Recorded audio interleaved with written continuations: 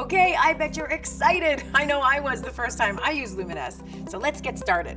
Now remember, airbrushing is dramatically different than what you might be used to.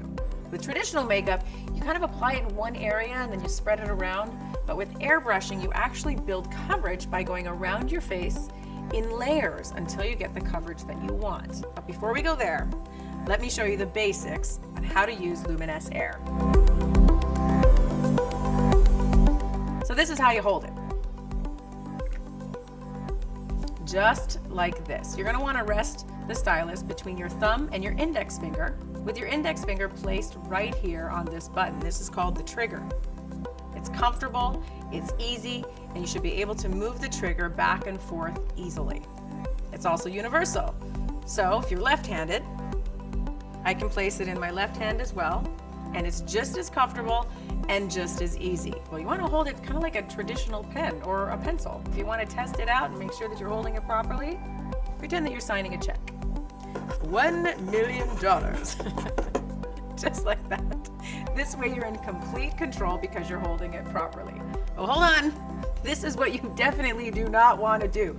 You don't want to hold it like this or like this. Because if you hold it like this, you're not going to have as much precision over where your makeup applies. So if you're holding it just like I said, a traditional pen, it's comfortable, it's easy to use, and you are in complete control. And you'll get the results you want. The trigger on top is what controls the amount of makeup that comes out of the no mess tip. So now let's go ahead and power up your Luminess Air. Here we go. And you'll notice here that there's always air flowing out of the tip. Now the makeup will only mix with the air when you pull back on the trigger. But before we start with the makeup, let's start with the basics of the stylus technique. So you want to start by making small circles with the stylus on your face. And you just want to feel the air on your face.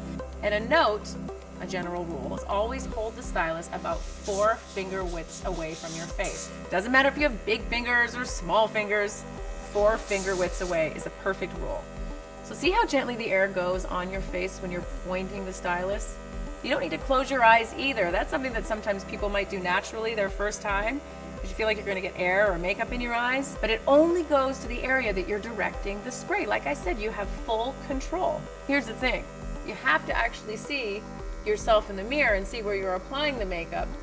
So don't close your eyes. But once you get used to what it feels like, you can also just feel how targeted the spray is and how you don't need to close your eyes when you're applying it. So let's talk about the 3 marks. Look closely right here at the stylus and you'll see the 3 marks. The ideal position that you want to pull the trigger to is between the first and the second mark. But you'll only ever want to pull all the way back when you're cleaning it. So if you pull too far, too much makeup will come out and it'll look heavy and cakey and you won't be happy with the results. So the key is to target the feel of what that center mark feels like when you're applying the makeup. Now you've learned the proper technique on how to hold the airbrush. Wasn't that easy and fun? Now let's learn how to spray it.